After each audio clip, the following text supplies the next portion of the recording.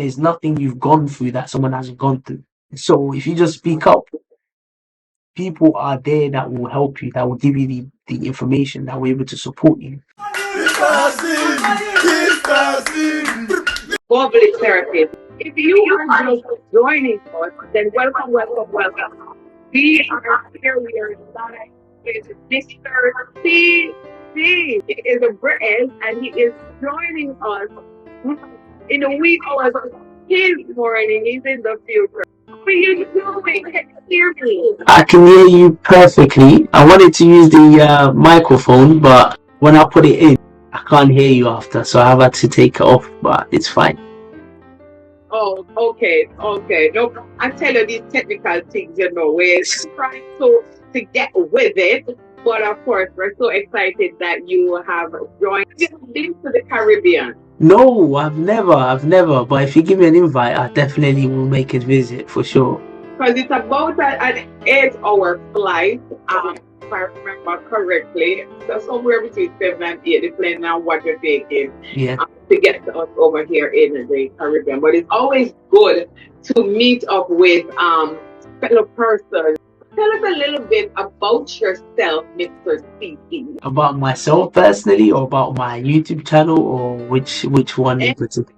You want to share with the tribe? Because when you're a part of the tribe, you are a part of the tribe. No, I'm 28 years young, so I'm still very young, but people around me say I've got a very old mind for a young person, so I don't know where I fit in, to be fair. I was born in Nigeria actually, so I came to the UK when I was 10 years old, and since then I've always lived in the UK. I've not been back to Nigeria since I've been in the UK actually, which it's a very, very long time. So apart from that, I've just literally finished my master's in education. So my job is I work as a teacher in the UK as well, and I just do a lot of things as well to be able to occupy myself. I keep my mind busy. That's me in a nutshell, to be honest with you. You really are not just a cultural melting pot, but you're also a career melting pot, because you do a lot of things.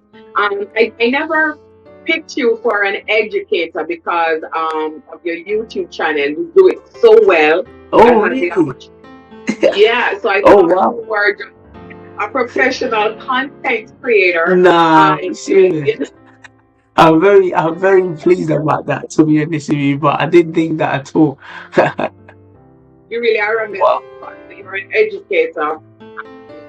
Great. At what level? Primary, secondary, or? The thing is currently I am primary level mostly, because that's where I'm based. But also I do go to secondary schools and teach as well, because I'm a PE specialist. As an educator myself, I'm more tertiary, so okay. And the importance of imparting knowledge, and of course just kind of being aware of different things that's happening around us. What led us together is you reached out about mental health, and of course mental health is my forte.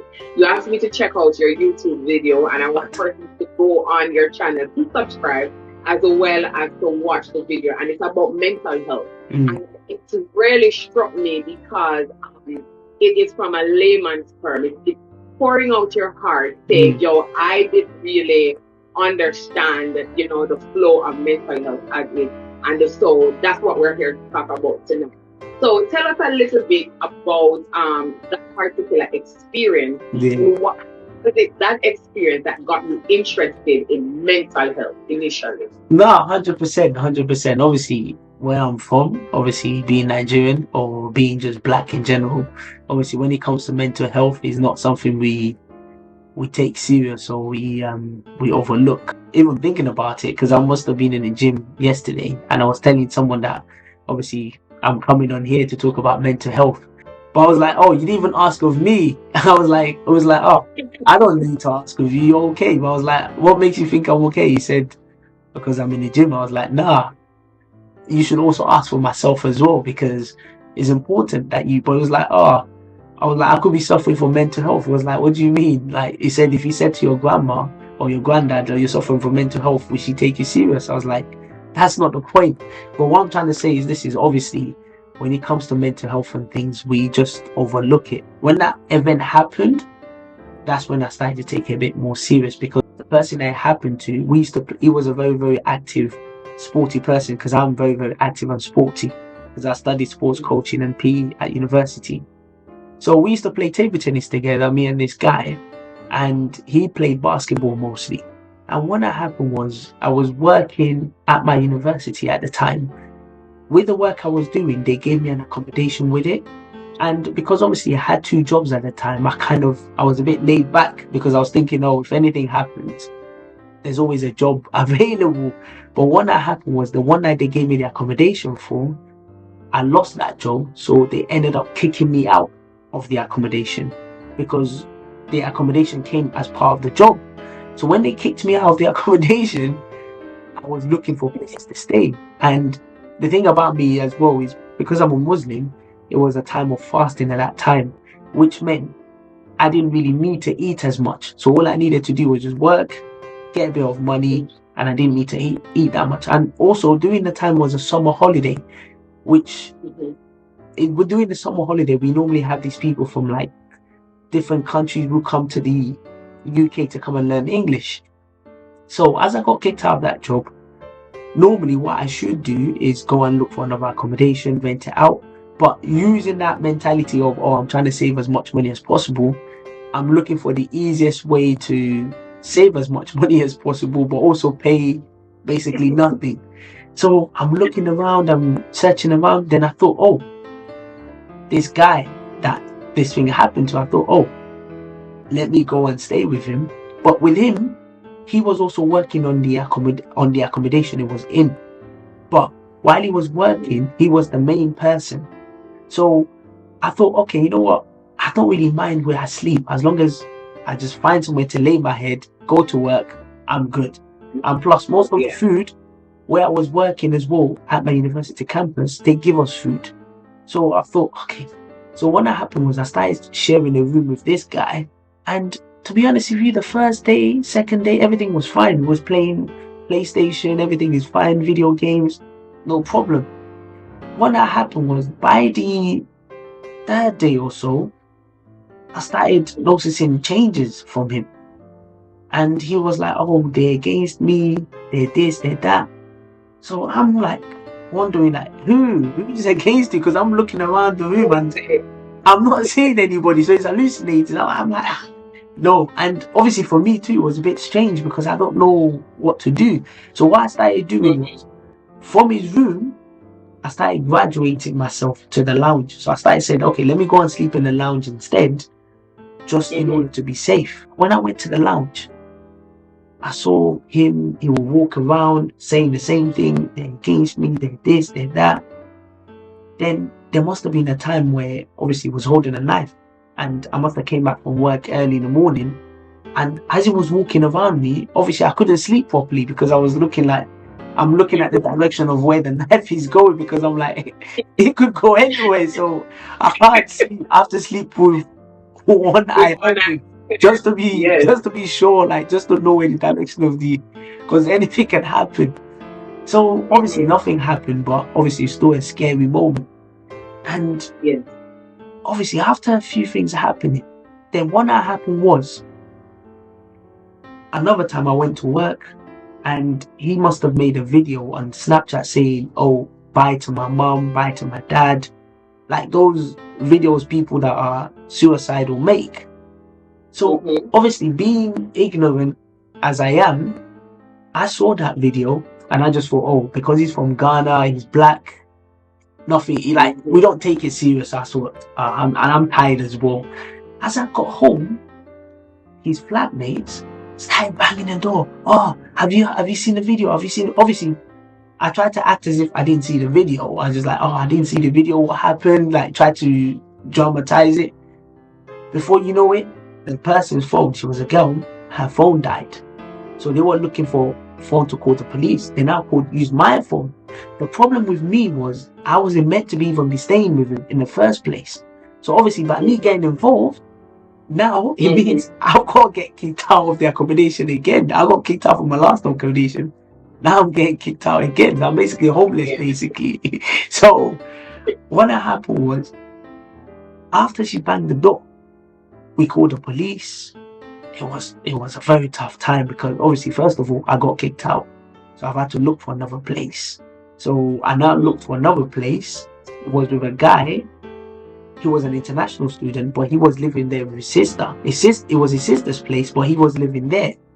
So what that happened was, I didn't know he was his sister's place. I thought it was his place.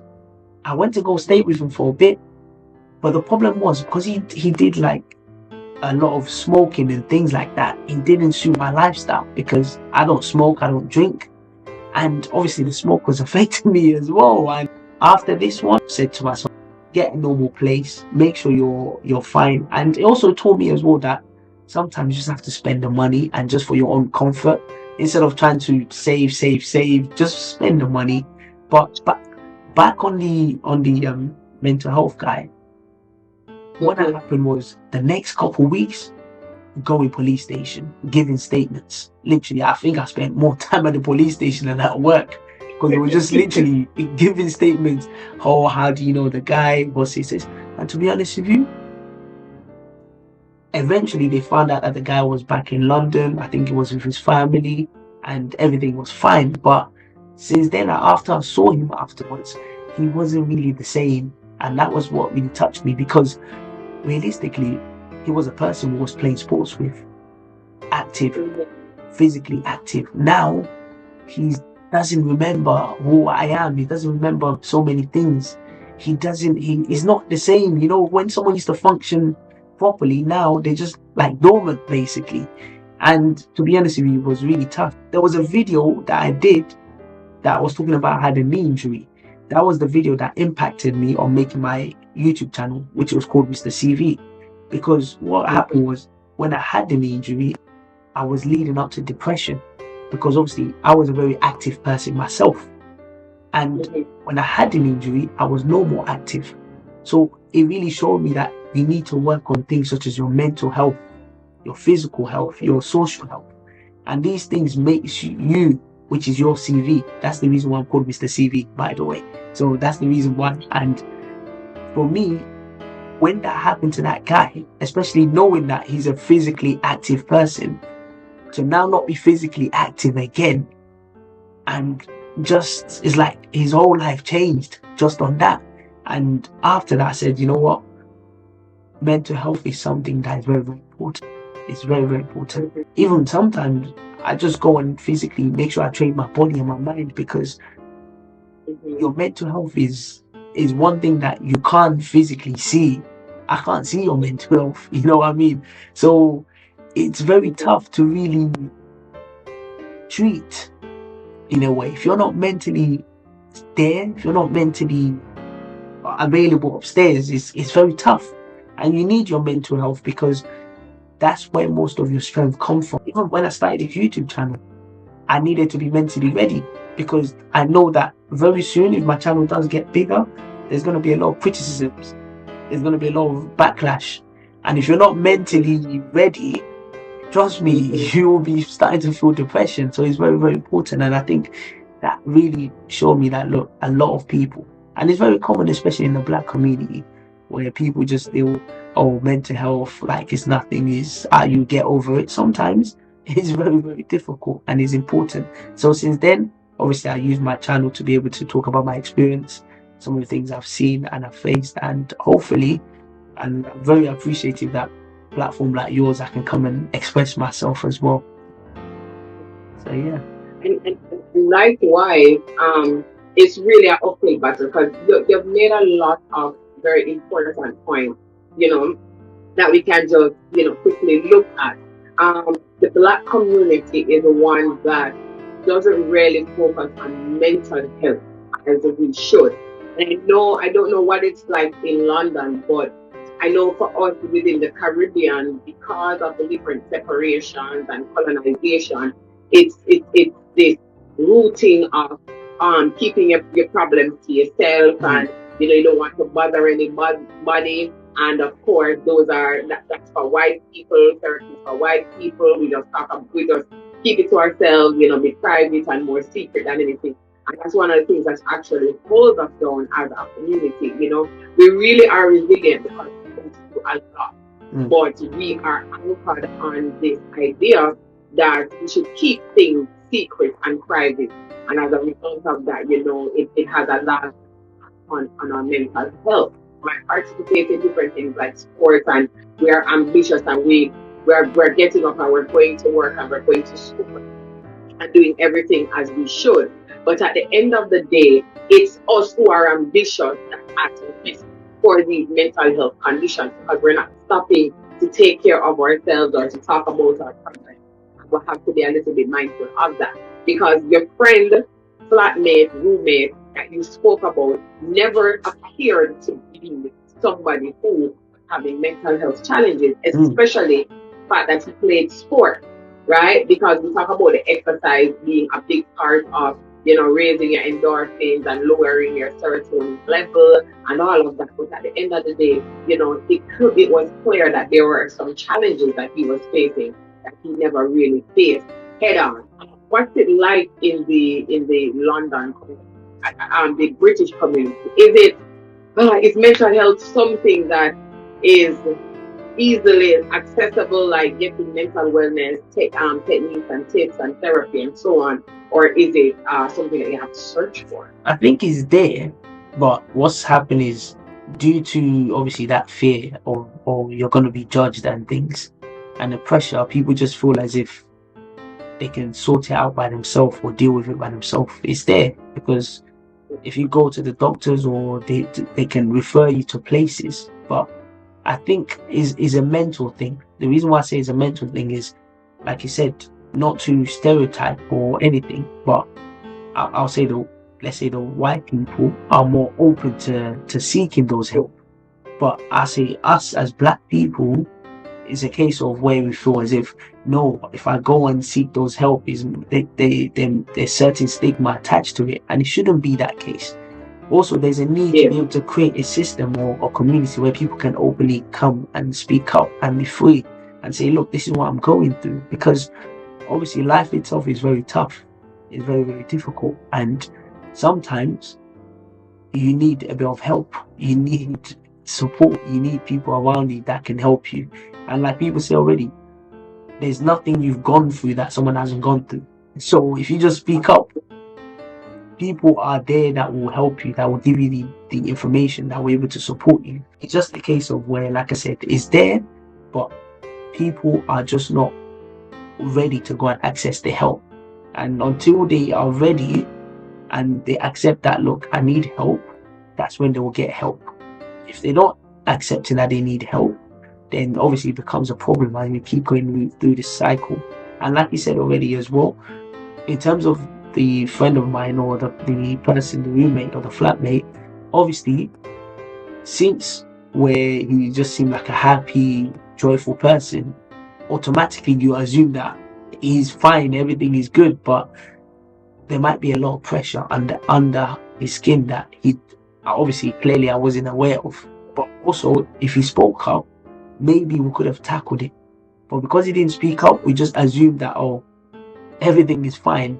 And until we had that meltdown, then that's when we're like, oh wow, these people are actually going through a lot, and it's a shame, really. It's a big shame, to be honest with you. That we need to do within our community, fostering conversations like this, and even not being a therapist like yourself, but having had that experience and deciding to use a portion of your life and a portion of your platform to bring awareness to it. Slowly but surely, we are building a community where we're saying, all right, this is a safe space. This is something that we can talk about. One match like the other, like the other, like the other. And so after a period of time, we're supposed to be comfortable with each other enough to say, hey, I'm facing a problem. And it brings me back to the first point that you had made when the gentleman said to you, how are you? You're not asking me how am I or something to that effect. And that's a question. Again, I don't know what it's like on your side, but here it's almost like a fleeting greeting. Like, hey, how you doing? You all right? Are you good? And you move on and not stopping to hear or to listen to what the person's response is. And I had a friend who we went to college together, and he is from Haiti, and I can't forget he did this little experiment where apparently there is this French, this Haitian thing that says it sounds like Happy New Year, but it's not. So it's like I forgot what I think it means. How are you?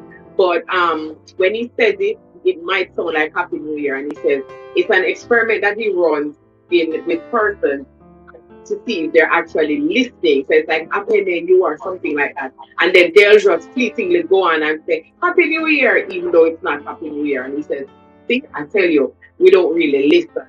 And that awoken my awareness to just how much we think that everybody's okay because we're not stopping, dropping, and rolling. And when things are said, questions are asked, we don't sometimes pause long enough um, to pretty much hear, what the response is.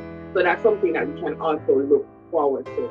As somebody who is pretty much the layman's advocate for mental health, what are two things that you can leave with our tribe members, um, persons who might be going through issues, or persons who might um, end up knowing somebody who might be going through a particular issue? Can you say to them? The first thing I'll say is obviously is just to speak up really, because I think that's very important.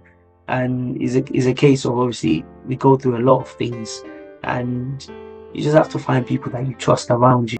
Everybody got busy lives, everybody got things that they're facing, and obviously as tough as life is, obviously we have to try and be as happy as well. I mean, even though uh, there's a lot of pressure that comes with it, but at the end of the day, it's important that obviously you speak up, because a problem shared is a problem halved. So if you speak up, you let people know, you share your problems with them, and I'm sure, and you'll be surprised, more people can actually help you than you think, to be honest with you.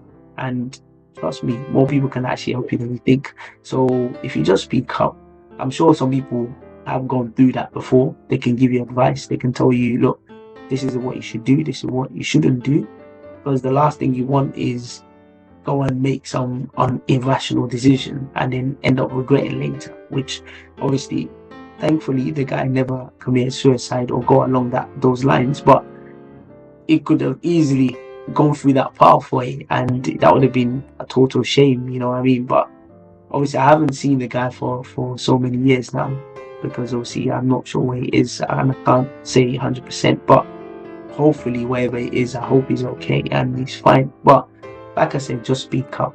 And the second part as well is important that obviously, as much as because I know a lot of people that go to the gym, they want to look like Arnold Schwarzenegger or The Rock, basically, or you know what I mean. And it's good, but also it's about being fit and healthy, not just fit and healthy physically, but also mentally as well, and making sure there's so many things you can do, just reading books, learning, doing so many things, because the problem we have these days is obviously I'm young as well. I'm supposed to be, but I think everybody thinks I'm old now because I have an old mind, like I said, or old soul. So, well, I'm supposed to be in this generation, but I guess maybe I was meant to be born in another generation, but God just deposited me in this generation. I don't know.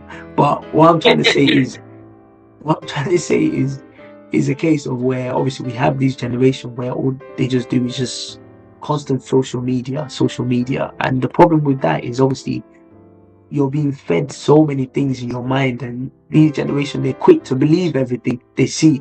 Oh, this you shouldn't do, that you shouldn't do, this is, before you know it, it becomes too much. So it's very important that obviously you're careful about some of the certain things, but like I said, it's important that you work on your mental ability as well, because that, for me personally, is it's your mental ability is a way where it helps you to navigate so many things. And I think those two things for sure, I'll say, your tribal talk people should definitely take, and yeah.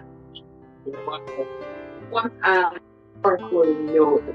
We appreciate you. Well, thank you so much for allowing me as well to, obviously, when I share my link, you don't know who's checking it, who's watching it, but for me, I believe in my channel, and I believe, look, this is a way of, obviously, my channel might not be big today, but who knows? But at the end of the day, the fact that we can share these type of stuff, that's what my channel is about. So I'm very grateful and happy that you're able to invite me. And hopefully, I hope you invite me to the Caribbean as well. And I'll definitely look forward to come down as well, for sure. Definitely.